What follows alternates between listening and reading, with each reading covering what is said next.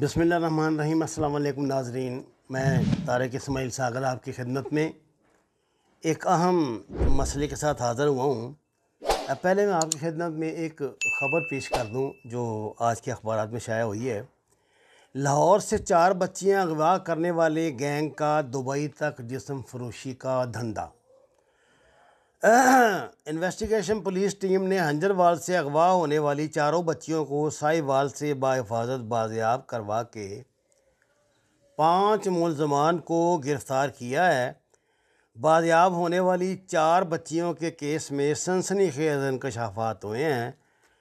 بچوں نے پولیس کو بیانات ریکارڈ کرواتے ہوئے کہا کہ رکشہ ڈرائیور قاسم نے پنڈی سٹاپ پر، یہ لاہور کا واقعہ ہے، پنڈی سٹاپ پر بوتلوں میں نشہ آور چیز ملا کر پلائی اور انہیں فروخت کرنے کے لیے شہزاد کے حوالے کر دیا، جو انہیں ساہیوال لے گیا، جہاں بچیوں نے بیانات میں بتایا ہے کہ وہ 600 روپے گھر سے ساتھ لائی تھیں۔ انہوں نے رکشہ ڈرائیور قاسم کو جوہر ٹاؤن میں خاتون کے گھر چھوڑنے کو کہا جہاں وہ کام کرتی تھی، مگر رکشہ ڈرائیور جوہر ٹاؤن کی بجائے اپنے گھر گرین ٹاؤن لے گیا اور پنڈی سٹاپ پر بوتلوں میں نشہ آور چیز ملا کر پلا دی، جس سے وہ بے ہوش ہو گئیں۔ بعد میں قاسم ہمیں اپنے گھر سے شہزاد کے گھر لے گیا، جو ٹیکسی چلاتا ہے۔ ہمیں پہلے رکشے میں بٹھایا اور پھر ایک گاڑی پر ساہیوال لے جایا گیا۔ کوئٹہ میں رکشے میں قاسم، اس کی بیوی کے ساتھ انم، عائشہ اور سمرین تھیں۔ کنزہ نے بیان میں بتایا کہ شہزاد مجھے ساہیوال لے گیا، جہاں پہلے سے لڑکی گڑیا موجود تھی۔ گڑیا نے اسے بتایا کہ 10,000 روپے ملتے ہیں جسم فروشی کے۔ کنزہ کا کہنا تھا کہ یہ انم، عائشہ اور سمرین کو شہزاد اپنے دوست آصف کے گھر چھوڑ آیا تھا۔ آصف کی بیوی زینت لڑکیاں دبئی بھجواتی ہے، جبکہ پولیس دیگر بچیوں سے تحقیقات کر رہی ہے کہ یہ معاملہ کیا ہے، کہاں تک ہے۔ اس خبر کو یہاں چھوڑتے ہیں اور میں آپ کو ایک واقعہ سناتا ہوں۔ ناظرین، 2009 کی شاید بات ہے کہ میں دبئی میں ایک ایوارڈ لینے کے لیے جا رہا تھا۔ ہم ایئرپورٹ پہ پہنچے تو دوست احباب، آپ کو پتہ ہے ہمارے ہر جگہ ہوتے ہی ہیں، تو جس ایئر لائن میں نے جانا تھا اس کے اتفاق سے جو اس شفٹ کے انچارج تھے وہ میرے بڑے مہربان تھے۔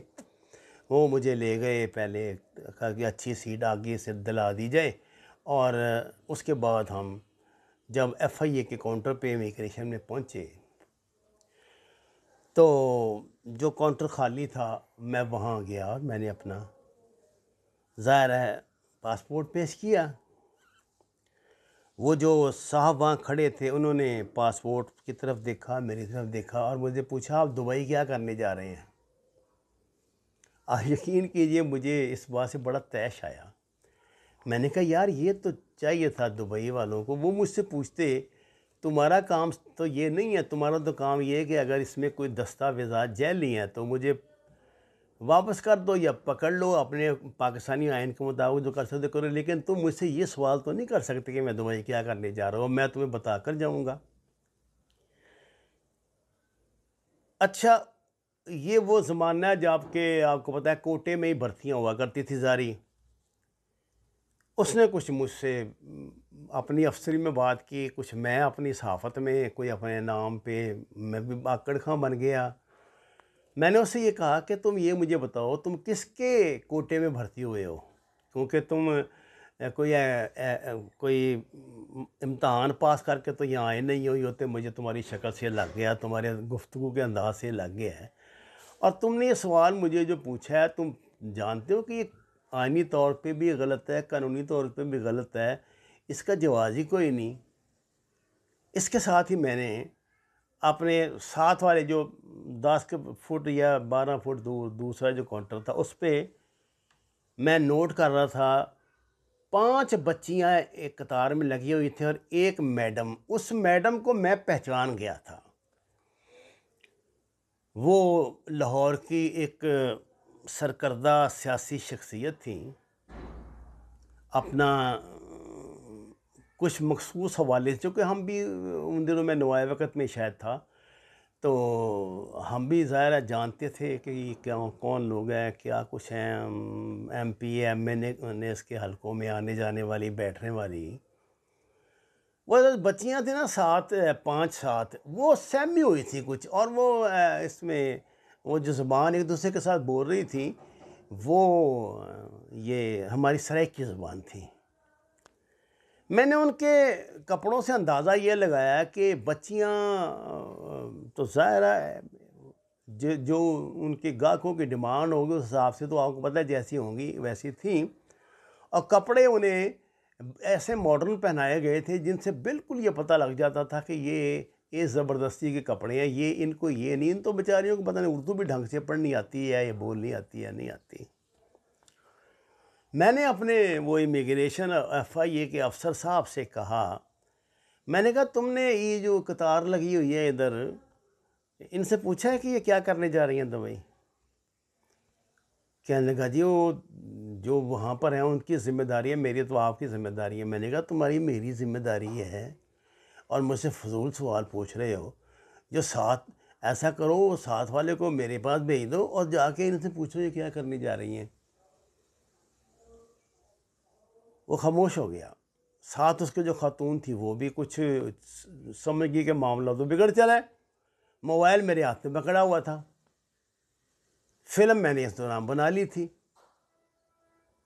کہنے لگے نہیں آپ کی مہربانی، دیکھیے نا ہمیں تو وہ لول پوچن لگانے شروع کر دیے. میں اس خاتون کو جو میں پہچان گیا تھا، وہ میری فلائٹ میں وہ لوگ جا رہے تھے. ہم جب دبئی پہنچے تو میں نے نوٹ کیا کہ ان کو لینے کے لیے بہت لگژری قسم کی 2 گاڑیاں اور بڑی بہت یعنی وی وی آئی پی قسم کی شخصیات. کوئنسیڈنٹلی ان کو بھی میں کچھ قدرے پہچان گیا تھا یہ کون لوگ ہیں. طاہر منیر صاحب ہمارے نوائے وقت کے وہاں نمائندے اور بڑے پرومیننٹ جرنلسٹ بھی ہیں. میں نے جب ان سے ذکر کیا کہ یار یہ اس طرح میرے ساتھ، تو یہ مجھے تو وہ بیچارہ یہ سوال پوچھ کے پھنس گیا. لیکن یہ ساتھ کے لڑکی آ رہی، اس نے مجھے بتایا اور میں نے ان خاتون کا بتایا. تو اس کے بعد انہوں نے شام کو جو وہاں میڈیا کے لوگوں کی محفل ہوئی، انہوں نے اللہ میری توبہ، میرے آگے ایسے انہوں نے کہا جی یہاں باقاعدہ یہ لوگ چکلا چلاتے ہیں. یہ اسمبلی ممبران ہوتی ہیں نا جو، وہ یہاں چکلے چلاتی ہیں اور یہاں فلاں فلاں انہوں نے نام مجھے لیے ممبران کے، عیاشی کے لیے آتے ہیں فلاں فلاں. یہ دیکھیں نا وہ تو وہاں رہتے ہیں بیچارے، اور جہاں جرنلزم کا کتنا کے چانسز ہیں. یہ اتنے ہی ہے نا، یہ کسی پاکستانی کو آتے جاتے دیکھ لیں ایئرپورٹ پر، یہ گھومتے رہتے ہیں. وہ انہوں نے کہا جی ساگر صاحب یہ تو بڑا لمبا مسئلہ ہے، اور انہوں نے ایسی لرزا دینے والی کہانیاں سنائیں. 12 سال کی بچیوں سے لے کے غربت کے ہاتھوں مجبور ان بچیوں کو یہ ظالم پتہ نہیں کہاں سے پسماندہ علاقوں سے ڈھونڈ کے لاتے ہیں. ان کو لا کے لاہور، کراچی، اسلام آباد، جہاں ان کے اڈے ہوتے ہیں وہاں رکھتے ہیں. ان کی کچھ روز ٹریننگ کرتے ہیں. ٹریننگ یہ کرتے ہیں کہ ان کو کپڑے پہننے، میک اپ کا کوئی حساب کتاب سکھاتے ہیں، کرتے ہیں. ان بیچاریوں کو کیا پتہ ہوتا ہے قسمت کی ماریوں کو. ساری زندگی جنہوں نے کبھی ڈبل روٹی نہیں دیکھی، ان کو یہ جب ناشتے کرواتے ہیں ایسے، ان کو تھوڑے سے طریقہ کار بتاتے ہیں کہ اس طرح بیٹھنا ہے، اس طرح اٹھنا ہے، چمچہ یہ ہوتا ہے، کانٹا یہ ہوتا ہے. یہ کر کے 3 مہینے کا کورس پھر ہی ان کو وہاں پر لے کے جاتے ہیں نا، اور پھر ان کو ذہنی طور پہ تیار کرتے ہیں. یہ تم یہ ہو جاؤ گی، تم کاروں میں گھومو گی، لمبی کہانی ہے. ان کو لے کے جاتے ہیں، اور جتنی کم عمر کی بچی ہوگی اتنی زیادہ قیمت لگتی ہے. یہ ان بچیوں کے ساتھ کیا سلوک ہوتا ہے. ان کو تو وہاں آئینی تحفظ بھی حاصل ہے، عمر کی بھی کوئی قید نہیں میرا خیال. میں آپ کو میری زبان کوئی بھی ایسا مناسب لفظ نہیں جس میں بتا سکوں۔